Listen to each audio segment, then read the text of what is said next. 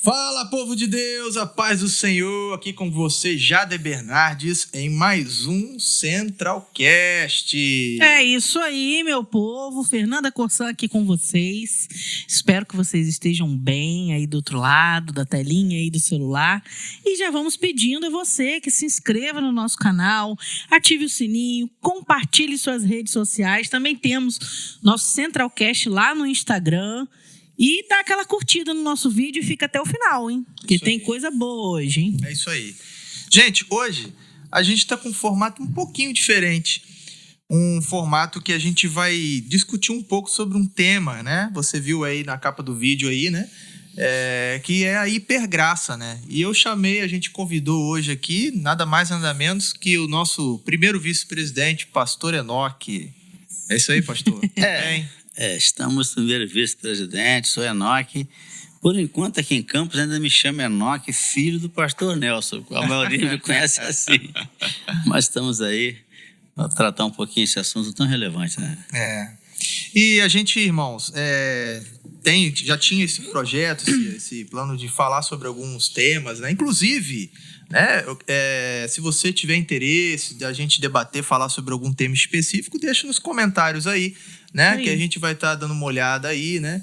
E aí a gente vê, dependendo se for uma coisa muito pesada, a gente chama o pastor Elias, né? O pastor resolve aí.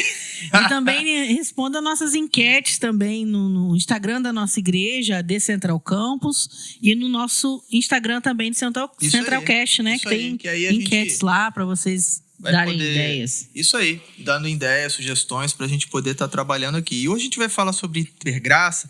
Eu não sei se você já ouviu falar sobre isso daí, né? Sobre este conceito, que nada mais é de uma nomenclatura que foi dada para um movimento, para uma interpretação, para uma corrente teológica que está acontecendo muito aí e está muito em alta, principalmente nas igrejas novas, as igrejas modernas, né? E a gente vai estar trabalhando um pouco disso daí. E eu queria só usar um texto base aqui, que se encontra em Romanos capítulo 5, versículo 20, que diz o seguinte: sobreveio a lei para que avultasse a ofensa, mas onde abundou o pecado, superabundou a graça. Né? É um texto bastante conhecido e que muitas das vezes ele tem uma interpretação um pouco distorcida, porque com um texto desse aqui, pastor, convenhamos, eu posso, né, pisar na bola com mais tranquilidade, porque onde abundou o pecado, superabundou a graça. Então, de maneira que eu posso estar fazendo algumas escapulidas, algumas coisas por aí, eu posso ficar tranquilo, porque a graça sempre vai ser maior do que o pecado. É por aí, pastor? Bom, se fosse assim, quanto maior o pecado, até dizem que não tem tamanho o pecado, mas socialmente o pecado tem tamanho, né? Claro. Então seria assim, quanto maior o meu pecado, maior apoio eu teria da graça. Então não fica valendo não, porque não ia dar certo. Pecar mais para ter mais graça, né? Mas é bom já a gente lembrar que esse assunto aí que a gente vai discutir hoje, vai comentar um pouquinho, tem a ver com a Bíblia, né? Tem a ver com a origem do assunto, que é a graça. E o que está acontecendo hoje, que dá para perceber claramente, é esta facilidade de acesso à mídia de uma forma rápida nos conteúdos evangélicos. As pessoas não estão mais preocupadas em estudar, ler, observar, perscrutar, não. Pega tudo muito fácil. A Bíblia, ela está ali dizendo as coisas para nós, escrita direitinho. Eu pego aqui uma versão da Bíblia que fala assim: toda a Escritura é apta para instruir, redarguir. Paulo deixou isso bem claro, a Escritura. Logo a seguir, ele vai passar para o outro capítulo da Bíblia, ele vai dizer assim: conjuro-te diante de Deus, que há de julgar os vivos e os mortos, que pregues a palavra a tempo e fora de tempo. Aí Paulo incentiva a pregar o evangelho. Engraçado. Antes ele falou, no finalzinho do capítulo 3, ele fala o que é a palavra. Mostra que a palavra tem esse poder. Depois começa o outro capítulo falando, vai pregue a tempo e fora de tempo, isto é, toda hora. Mas em seguida ele fala, que vou até ler aqui, ele fala assim: porque virá o tempo, olha Paulo falando lá atrás, porque virá o tempo em que não suportarão a sã doutrina, mas tendo comichão nos ouvidos, amontoarão para si doutores conforme as suas próprias concupiscências e desviarão os ouvidos da verdade, voltando às fábulas. Mas tu, aí é para nós, né? Mas tu, dizendo lá para o amigo dele, Timóteo, sofre as aflições, faze a obra de um evangelista, que é 2 Timóteo 4, 1, 5. A Bíblia tem a estrutura, tem a informação, a Bíblia nos ensina. Mas se abandonarmos a Bíblia e querermos pensar, criar um método e depois ir à Bíblia, eu não achei essa literatura, eu ainda era bem jovem, solteiro, quando eu li Paul Yong-Soo, dizer que o problema do teólogo brasileiro era formar um conteúdo no escritório. Depois sai atrás de corroboração bíblica. Ele falou isso lá atrás e hoje eu percebo que está acontecendo isso, claramente. Eu crio uma ideia, vou na Bíblia procurar respaldo. Mas a gente vai tratar aqui dentro da palavra. E pastor, então, fala pro pessoal aí, eu acho que o pessoal deve ficar pensando, o que é isso, né? O que é hipergraça? O que eles estão falando? Bem, o que é a hipergraça? É uma doutrina nova. A gente chama de ondas, né? Já passamos por tantas ondas. Cada hora vem uma. Agora estão tratando a hipergraça como uma graça especial. É uma graça superior. Eu estava lendo alguma coisa, o que já estão pensando a respeito, o que eles dizem. Eu achei interessante alguns que escreveram na internet falando dessa hipergraça. Que é uma doutrina nova, é claro, já sabemos que é. Mas olha que, por exemplo, o que a hipergraça diz? Jesus morreu pelo pecado da humanidade. Ponto. O que é a humanidade? É tudo. Todos que nasceram, já morreram, ainda vão nascer, é a humanidade. Só existe uma humanidade. Logo, se Jesus morreu pela humanidade, todos nós estamos salvos, literalmente. Qualquer pessoa que morre vai diretamente para o céu. Que maravilha. Então, meu filho, tem um pastor que chega a dizer que o batismo é um símbolo. Aí fica fácil demais. Outro vem dizer assim, tem um aí que tem um nome bem conhecido, lá de São Paulo, ele diz que ele chegou a um ponto de intimidade com Deus que o nome dele não é mais o nome dele. Jesus, quando conversa com ele, chama ele de Cristo. Não, incrível, né? Ele é já Cristo. Recebeu a pedrinha branca? Né? Oh, meu Deus. Eu achei...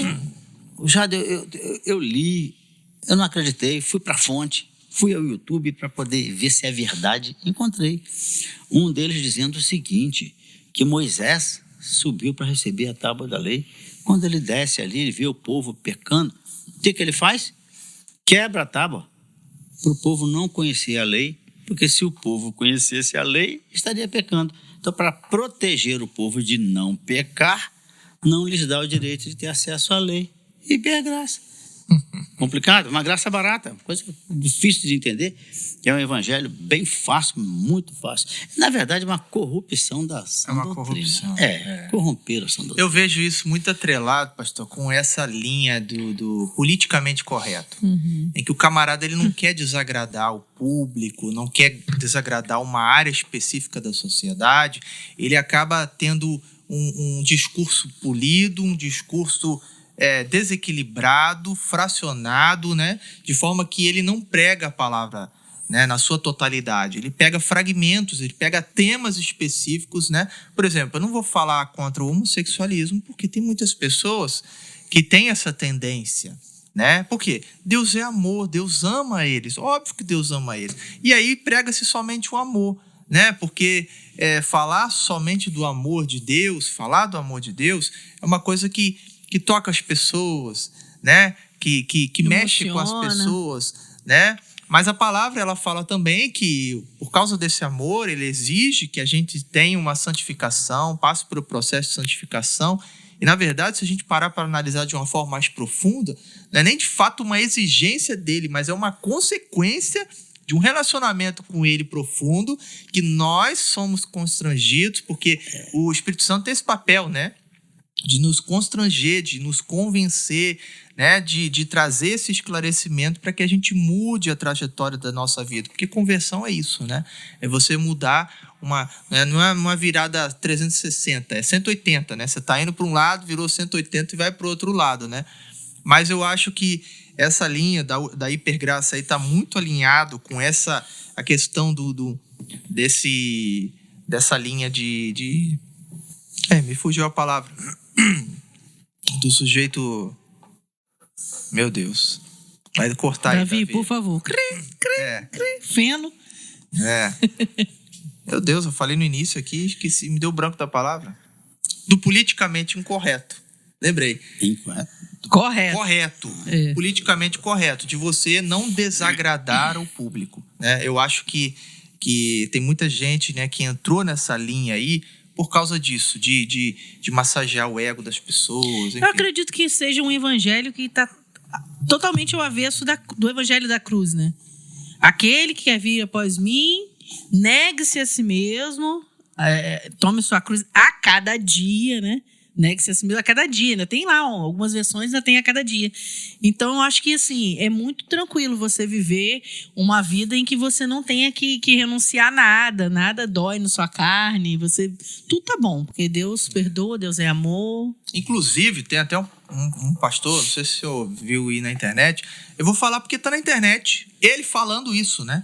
Ele falando isso, é de René Kivitz, ele falando exatamente sobre esse texto, falando negue-se a si mesmo. E aí, olha a interpretação dele. Como é que é sutil, né? E aí, quem não é aluno da EBD, irmãos, vem para a EBD. É um trimestre inteiro falando sobre as sutilezas, né?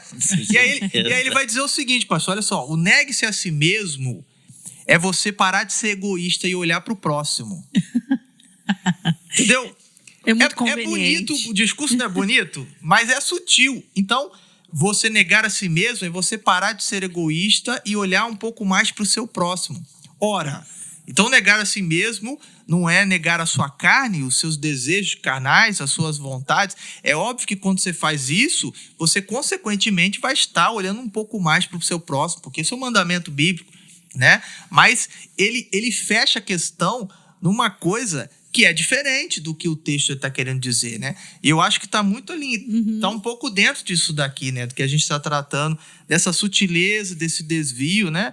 E aí é assim que as coisas caminham e às vezes levam as pessoas para fora da igreja, né? É interessante, a gente critica a igreja chamada antiga, né?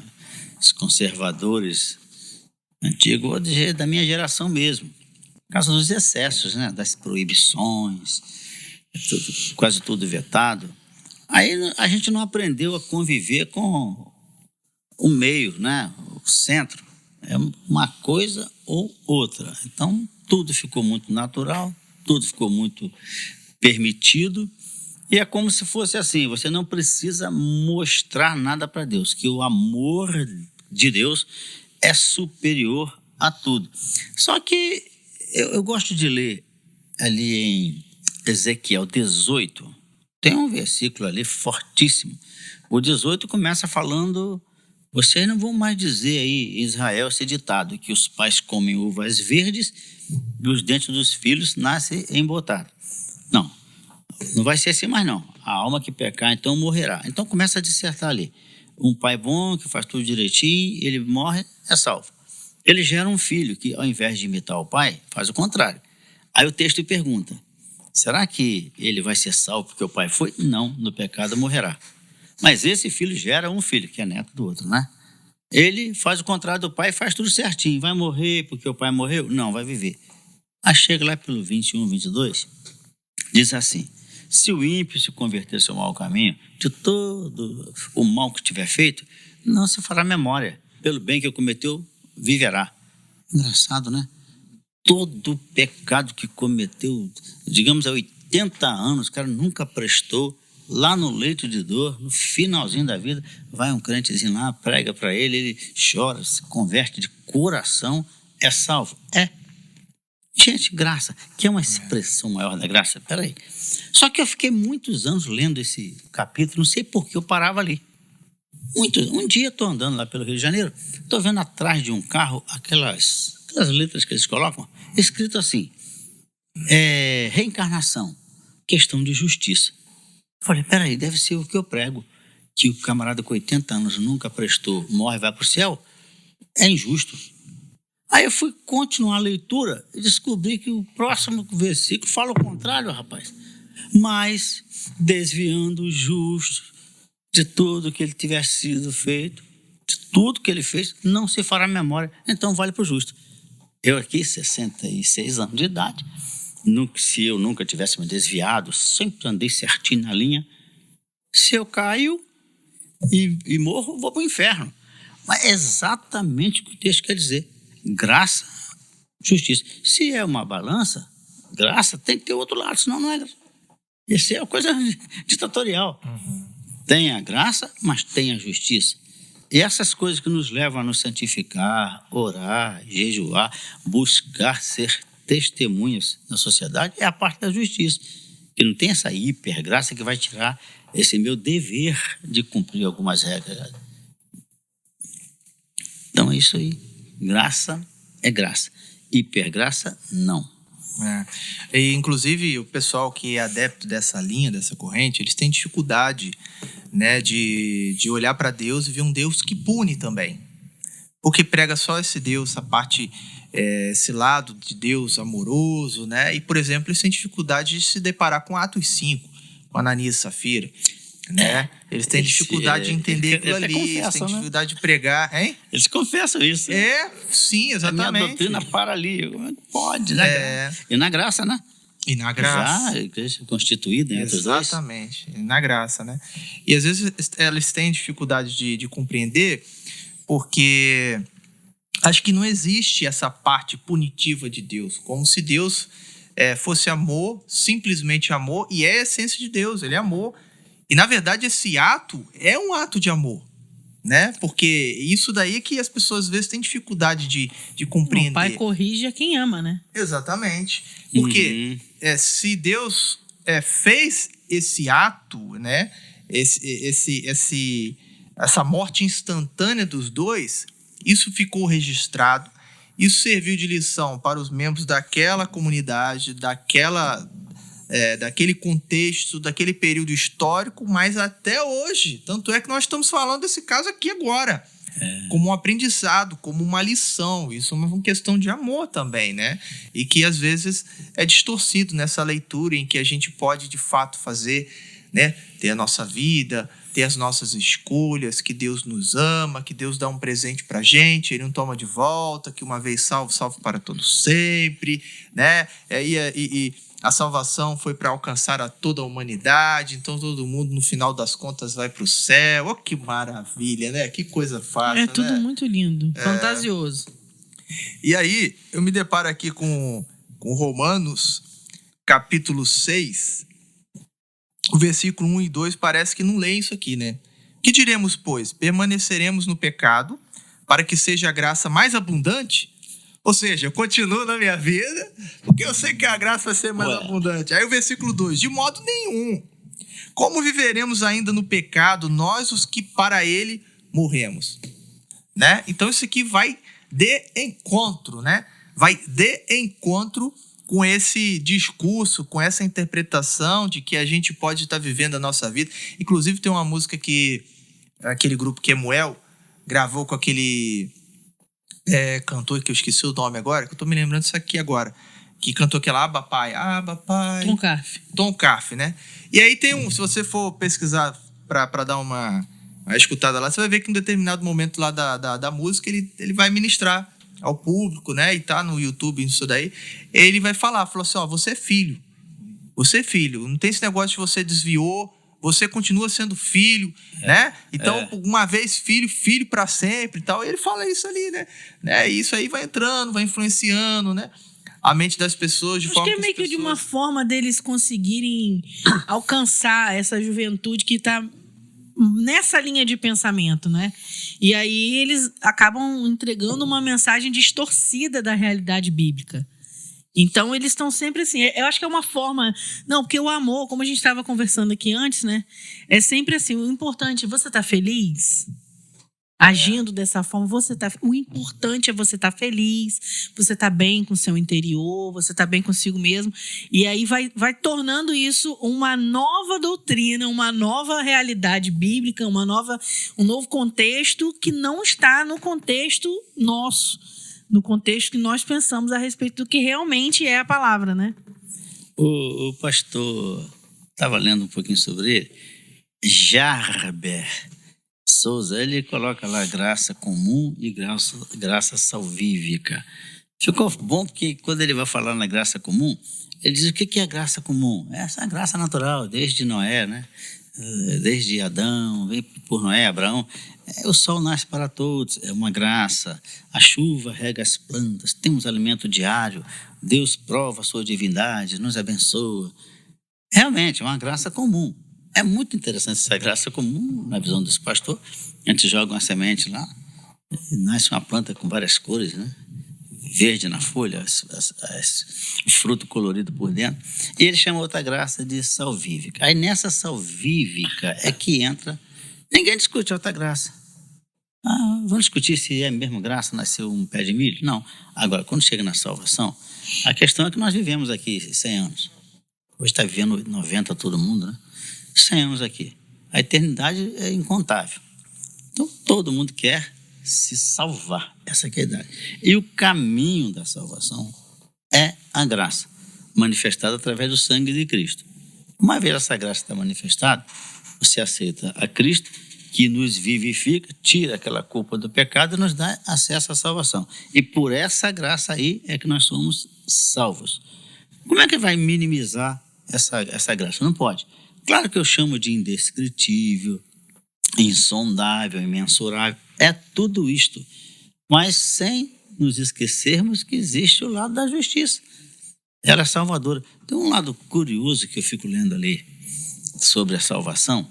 É aquela ideia de que você, pela graça, é salvo e quem não é salvo. Hoje, Jader e Fernando, o número de pessoas que estão acreditando que lá em cima vai continuar mais ou menos igual, a gente vai se reconhecer, não sei se vai relembrar dos hinos que a gente cantou aqui, né? Eu não sei se vai, mas eles estão crendo.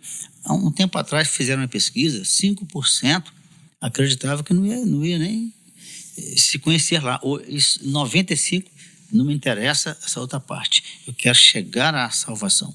Hoje está aumentando também o número de gente que vai se reconhecer. Eu me lembro disso no sepultamento de um conhecido. Estava um clima desagradável, triste, quando vem o pastor dar uma palavra, dizer que todos ali iam ser salvos. E depois ele falou para mim, eu não aguentei, Enoque, ver aquele estado de tristeza. Eu joguei esta. Ele jogou um H, a pessoa não era nem convertida. Para poder alegrar a galera ali, você estava falando agora. Deu uma aqui, você vai ser salvo para melhorar. Eu estive num velório, não tem muito tempo. E você olhava pro corpo, né? É como o senhor falou mesmo. Tudo ali estava pesado. O semblante do defunto lá, né? Pesado, aquela coisa pesada. A gente sabe que a pessoa não era evangélica, não tinha uma vida com Deus. E aí um dos familiares lá falou para mim, não, com certeza foi salvo porque acreditava em Deus, confiava que Deus existia e que ia salvar.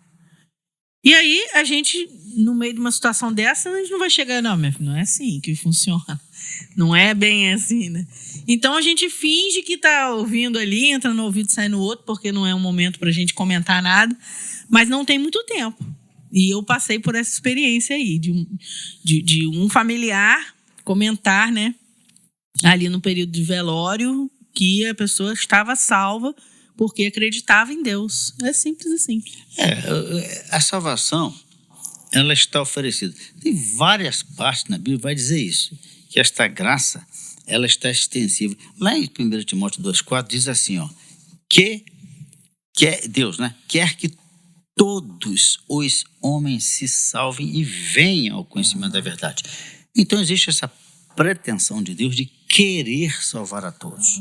Então, e lá tem lugar para todo mundo. Então ele quer salvar, oferece a salvação pela graça, mas do outro lado alguém tem que querer. É como se o Jader me oferecesse um presente, falasse, vai lá na agência que deixei para você um carro zero lá. Maravilha. E eu não vou pegar o carro, o que adiantou? Eu tenho que ir buscar o carro. Então é mais ou menos assim, essa graça oferecida. É a parte da pessoa desejar receber. Deus está aí para dar. A graça é dada a todo mundo, mas nem todos querem essa graça. Eu me lembro de uma vez, ainda era solteiro, bem muito tempo atrás, no outro século, né? Eu era jovem, bem jovem, uns 19 anos. O que eu pensei? Que lá no leito de dor, uma pessoa ia ser alcançada por essa graça automaticamente. Eu achei um senhor que estava muito mal, muito mal. Eu perguntei à equipe de enfermagem, me disseram, esse rapaz não passa de amanhã. Como aqui se faz a troca às 14 horas, eu vou lhe garantir que amanhã, às 14 horas, não está aqui mais. Eu fiquei tão feliz de saber que eu podia ter uma mensagem mais forte. Adentrei outra vez no quarto. Falei para o senhor, aceita Jesus? Não. Aceita não. Rapaz, tu vai morrer ainda hoje. Já que você vai morrer, é coisa de jovem, né? Já que você não vai mais jogar uma bola, você não vai já pegar ninguém. Cara, já que você vai morrer mesmo, aceita Jesus, cara, e já parte pro céu. Sabe o que ele falou? Tô afim, não. Eu fiquei frustrado. Aí eu saio, ando um pouquinho, vejo outros doentes. Quando eu volto, o cara tinha partido. Eita, nossa. Quer dizer, a graça chegou. Gente, pensa nessa graça. Alcançou. Chegasse um cara no leito de morte, quase indo e recusar. Então, não tá para todo mundo. Tem que a pessoa desejar essa graça. Então, Deus quer salvar a todo mundo, mas não é automaticamente salvar a todos. Gente, não teria nem noção de ter culto. Sabe como é que é a pregação? Na hipergraça? A pregação? Você faz um evento evangelístico e diz, olha, todos já estão salvos. Aqui, só estamos fazendo esse culto para vocês saberem que nós estamos nos confraternizando. Não tem nada a ver com salvação, porque todos vamos nos encontrar no céu. Que maravilha, né? Gente, eu até anotei aqui umas frases aqui, mas eu vou ler uma aqui que fala muito a respeito dessa evolução da igreja, ou de algumas igrejas. Não vou botar todas, não, porque, graças a Deus, nós estamos numa igreja histórica, numa denominação histórica, tradicional, e isso tem chegado com um pouco menos intensidade no nosso meio, graças a Deus. Mas as igrejas novas aí, essa evolução, olha só, tem causado, segundo o autor que eu li, tem causado um declínio da doutrina e pregação, onde a teologia tem dado lugar à terapia motivacional, né? E os coaches, né? Exatamente, pastores coaches, né? Eu acho, inclusive esses dias eu estava ouvindo um podcast do pastor Luciano Subirá, e ele estava dizendo o seguinte, nada contra você pagar uma fortuna, pagar uma grana para ouvir um bom coach, né? Nada contra. Mas o melhor coach de todos é Jesus Cristo, que te ensina a viver, que te dá um direcionamento. Isso está de graça na Bíblia, né? Tal, ele comentando a respeito disso. E aí, eu trouxe também aqui, para a gente discutir aqui, um teólogo chamado Joseph Matera. Ele listou 8 sinais mais claros de que uma igreja está seguindo a hipergraça. Que, como eu falei, isso é só uma nomenclatura de uma interpretação, de um caminho, né, que algumas pessoas tomam, né, e assim, dizer, você é da hipergraça e tal, não é muito a ideia aqui hoje não, é só discutir um pouco sobre essa corrente aí de pensamento. E olha só, dos 8 sinais, o primeiro sinal, os pregadores não falam contra o pecado. Então... Não vende. Não vende. Não. Inclusive, um tio meu, ele foi para a Inglaterra, e nessa igreja que ele estava frequentando pelos meses que ele esteve lá, ele falou que nessa igreja o pastor falou claramente, olha, aqui não pode falar sobre justiça de Deus, pecado, nada disso, porque aqui a gente só coloca as pessoas para cima, porque a gente entende que as pessoas durante a semana elas têm os trabalhos, passam por aflições, por lutas, e no domingo é um momento que elas têm de refrigério, para relaxar. Então aqui não se fala de pecado, não se fala de qualquer outra coisa menos igreja, é o que eu falei, não vende, né? Não vende. Olha o segundo aqui, a segunda característica que esse teólogo disse. O pastor nunca toma uma posição firme sobre a santidade. Nunca. Né? Nunca esse caminho de conduzir a igreja, um processo de santificação, de santidade, de negar a si mesmo, né? Não, isso aí, isso aí é muito difícil, né? Isso aí... É um sinal. É? Muito... Muito perceptível isso aí. Outra característica, o Antigo Testamento nessa igreja é quase ignorado. Por causa do juízo, por causa da terra abrindo, consumindo, né? Como é que vai lidar com isso? Jade, é lamentável. Eu já ouvi o pastor dizer que não precisa nem ter. Meu Deus. É coisa vencido, realmente, é muito triste, mas é um fato. É uma realidade, né? Realidade. Outra característica, quarta, os líderes pregam mesmo vivendo abertamente em pecado. Por quê? Óbvio, se a pessoa é adepto dessa crença, dessa fé, dessa ideia, pecado, né? Fica um pouco mais fácil esse fardo, né? A pessoa pode viver, né? Porque ela mesma prega para ela mesma, né? Tá livre. Dá base para ela mesma, né? Então, realmente complicado isso daqui. Quinta característica, as mensagens muitas vezes se voltam contra a igreja institucional. Cara, isso aqui, quando eu vi isso aqui, isso aqui tá muito em alta. Por quê? Porque essa igreja, a igreja tal, eu vou usar exemplo, a nossa igreja, não que seja, tá? Mas a Assembleia de Deus, porque eu não citaria outra igreja, né? A Assembleia de Deus Central, uma igreja que não tem amor. É uma igreja que as pessoas não têm amor, que as pessoas não se relacionam, que as pessoas não veem as necessidades do outro, que as pessoas não sei o quê, que a igreja não sei assim, que a igreja não sei o que lá. É fácil, né? Você apontar uma instituição, né? Então, é uma característica. As mensagens, muitas das vezes, de pastores assim, né? Tacando pedra nas igrejas, rapaz. Tacando pedra nas igrejas. Tem um pastor no Rio de Janeiro, que eu não vou citar o nome, e aí me falaram muito do cara, tal, eu fui pesquisar sobre o cara. Falei, o cara é um ativista político. O cara tá no Senado, o cara tá lá no Planalto, o cara tá lá fazendo protesto, tá indo não sei aonde. Mas falar de Bíblia mesmo, você não vê o cara falando. É verdade. O cara fala de... vou falar, né? Fala de Bolsonaro, fala de não sei o quê, né? Critica não sei o quê, só fala sobre isso, né? E aí, quando vai falar de igreja, fala para criticar a igreja, que a igreja tá conivente com um monte de coisa, tá fazendo isso, que a igreja não tem trabalho social, que não ajuda, só quer pregar a palavra, né? Que não faz, então, assim, realmente é bem complicado e essas coisas estão muito em alta, né? De pessoas que erguem a voz, usam o canal para criticar a igreja, né? Criticar outras igrejas. Nunca deles, né? Nunca critica para eles, né? Geralmente é para outra pessoa. Foram 8, né? Não, são tá 8. Essa foi a quinta. A sexta característica, segundo esse teólogo aqui, eu vou citar novamente o nome dele, Joseph Matera. Ele diz que os pastores pregam contra o dízimo, né? Tipo assim, fica livre. Eu não sei como é que eles se sustentam, né? Como é que a igreja se sustenta, né? Pregar contra o dízimo, né? Que isso daí é uma coisa legal. Agora, só para descontrair, quando a gente morava no Rio de Janeiro, logo assim a gente se casou, a gente foi morar lá, né? E a gente tinha uma igreja que a gente passava próximo do bairro lá que a gente morava, botaram uma placa enorme assim na frente da igreja. O dízimo aqui é só 8%. Eita, promoção! O dízimo aqui é somente 8%. Ai, meu Deus. E aí, a campanha de não sei o que embaixo, né? Que agora eu não me recordo, isso já tem muitos anos. Mas isso aí ficou marcadíssimo, assim. Meu Deus. O dízimo aqui é apenas 8%. Fernando, antes de você falar, me disseram sobre isso lá em Caxias, 7%. Eu até já brinquei com isso às vezes, quando o pessoal não quer rir na foto, eu cito que é 7%, o pessoal ri todo mundo, né?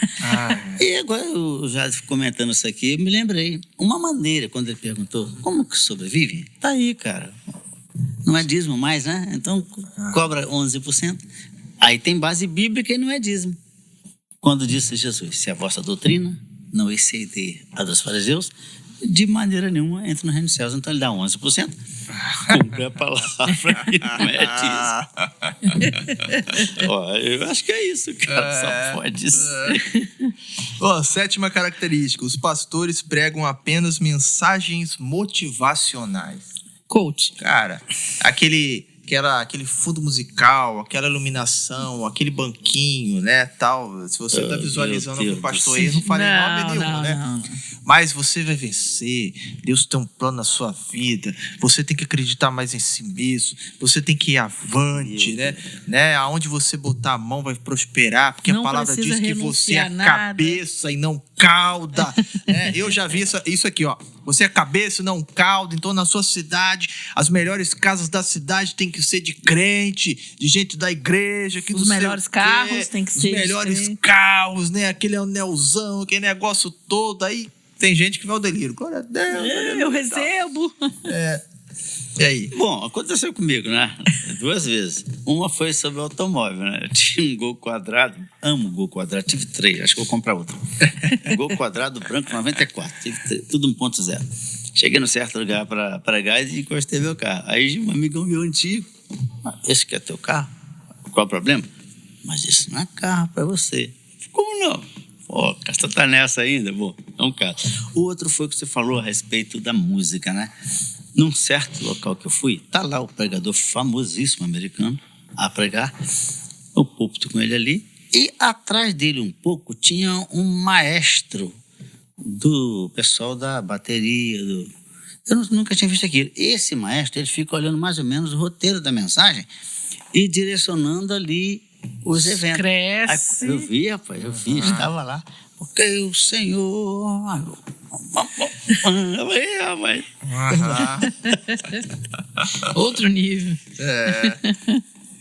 E a 8ª aqui, né? Que foram 8, né? A última. Os membros da igreja não precisam temer nenhum tipo de reprimenda da liderança, né? Ninguém entra em disciplina na igreja dessa. Pois é, não tem... Ninguém é desligado, ninguém é chamado a atenção, né? Ninguém recebe uma palavra mais dura.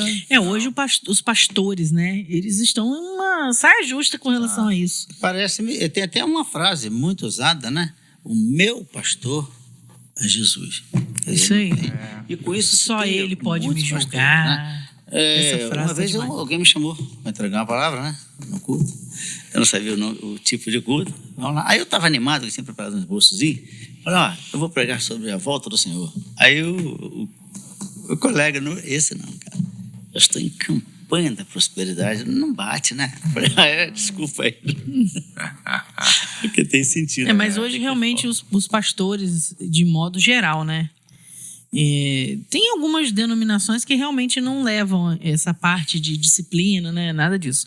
Mas hoje eles estão numa situação que talvez ganhe até um processo. Exatamente. Porque calúnia, difamação, eles entram até em processo. Então hoje realmente assim o evangelho está todo, chegou, né? É verdade. É o que eu li, distorcido. eu li na internet. Um professor explicando. A graça, ela é universal, mas não é universalista. O autor da revista, né, da EBD falou sobre isso. É uma né? doutrina que afirma que todos já estão salvos. Agora, é de graça. Não é, gente. O preço foi muito alto. Pedro disse que custou o preço de sangue, então foi um preço incalculável. Até comentei com o Jader a respeito de uma foto que eu vi sobre essa frase, né, salvação é pela graça, mas não é de graça. Eu levei para casa e botei na minha parede um quadro bonito. Eu estou na sala olhando para aquele quadro, tem uma coisa errada ali. 2 vezes a palavra graça.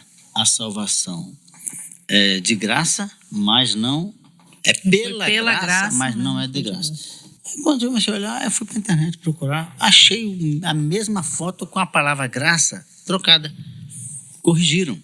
Depois de muitas cópias, botaram graça, que é a graça de verdade, com sangue escorrendo. A outra, onde está o preço, é que está o sangue escorrendo, inverteram. Até nisso a gente percebe que é uma mudança. A salvação é pela graça, a palavra simples. Mas não foi de graça. Esse graça aí, poxa, é o custo, né? Aí botaram o sangue derramado. É um erro sério, né? Artístico. Então, há essa mudança. Sem querer, o cara coloca aquilo, mas não fez por má fé. Mas é por desconhecimento. Jader, meu amigo, eu fico pensando, Fernando, quanto mais agora precisamos ir para a palavra. Porque as pessoas que não têm acesso à leitura, as pessoas que não gostam de ler, precisam de receber de nós a mensagem genuína da palavra. E outra coisa, pastor, essa geração nossa, se ela não aprofundar na palavra, as gerações futuras têm uma tendência muito forte a não conseguir mais modificar a geração deles. Sim. Aquilo vai só piorando. Infelizmente, a gente está vivendo que acho que a gente precisa, né? Cada vez mais infiltrar mesmo, aprofundar na palavra e tentar fazer isso. É lá no Antigo Testamento que diz para inculcar nos filhos, colocar nos umbrais, né? Sim. É isso que fazia antigamente, né? E vão voltar a fazer para poder a palavra ser genuína. Billy Graham, né? Ele disse, em cima disso que o senhor estava discorrendo aí, ele vai dizer o seguinte, que a salvação ela é de graça, mas ser discípulo custa tudo que você tem. Né? Porque aquilo ali é só um processo, é só uma etapa, né? É só o primeiro passo de uma caminhada, de uma carreira. O apóstolo Paulo vai fazer essa comparação para que a gente entenda o que é a vida cristã. É uma carreira proposta, né? E não é uma corrida de 100 metros. Né? A analogia é com uma maratona, é com uma caminhada longa, uma corrida de marcha lenta, é algo que você vai caminhando. Jada, mas as pessoas que aceitam Jesus já logo vão para a glória, tipo, né, o ladrão da cruz, né? Que aceitou e foi, né? É verdade. E isso é graça, né? Isso é graça, né? Jada, existe uma desculpa, às vezes até meio forte, né? Fica forte, desse pessoal da hipergraça. Mas não tem sentido o inocente ser lançado no inferno. Rapaz, eu gastei anos olhando isso na Bíblia, perscrutando. Acabou essa crise para mim, cara. É o seguinte, eu tenho acesso à salvação, eu ouvi o evangelho, aceitei Jesus, estou salvo. Graças a Deus. Prego para alguém aceita Jesus, está salvo. E quem não teve acesso? Simples. Quem ficou na lei, pega a lei lá para ler, vai ser julgado pela lei, está em Romanos, bem claro isso, no capítulo 1 e 2. Agora, o avião vai, cai, um casalzinho de bebês sobrevive na selva, nunca teve acesso a nada, nem lei, nem evangelho, vai para o inferno ou vai para o céu? Paulo deixou também tão claro lá em Romanos, aqueles que não tendam a lei, fazendo a lei para si, será julgado pela lei que criou, lei da consciência. Até eles não estão... eu não sabia, ninguém será injustiçado. Pela própria boca vai dizer, eu tive a oportunidade e não quis. Nunca ninguém vai dizer Deus foi injusto. Ele não é injusto. E a própria percepção, até o entendimento que existe um Deus, poxa, a palavra também já fala, né? Um caso desse aí, tipo Lagoa Azul, né? Os mais antigos. É verdade, é uma coisa. Os mais antigos aí vai saber do que eu tô falando. É verdade. Né? A criação declara a glória de Deus. Demonstra, fala, ele tá gritando para você, falou, existe um Criador. Eu acho que é Paulo também, né? O que de Deus se pode conhecer, ele mesmo manifestou nas suas obras. Exatamente. Tá aí, não dá. Então, gente, eu acho que é isso aí, né? A gente falou um pouco aqui, né, sobre esse assunto aí que está rondando muitas igrejas por aí, né? Que é a hipergraça. E eu acho que foi um bate-papo aqui para trazer esclarecimento, entendimento, para você ficar ligado aí, né? Para não cair nessas armadilhas aí. E eu repito, né? Se você tem algum tema que gostaria que a gente estivesse trabalhando aqui, falando, alguma dúvida, né? Alguma polêmica, mas pega leve aí com a gente, né? Tema polêmico aí. Deixa aí nos comentários aí, né? Responde as pesquisas lá no Instagram da nossa igreja, né? E quem sabe, né? A sua sugestão aí, a gente não vai estar aqui discutindo, tratando aqui, né? Eu creio que isso esclarece, né? Traz que a própria palavra diz, né? Conhecereis a verdade vos libertará, né? E traz libertação mesmo, né? Eu te agradeço, você que chegou até aqui o final, né? Isso aí. Dê um like, compartilha esse vídeo. Queria agradecer ao pastor Enoque pela estamos aí. Colaboração. Verdade. Mais um vídeo aí com a gente aí. Amém. Deus abençoe sua vida aí, no nome de Jesus. Amém.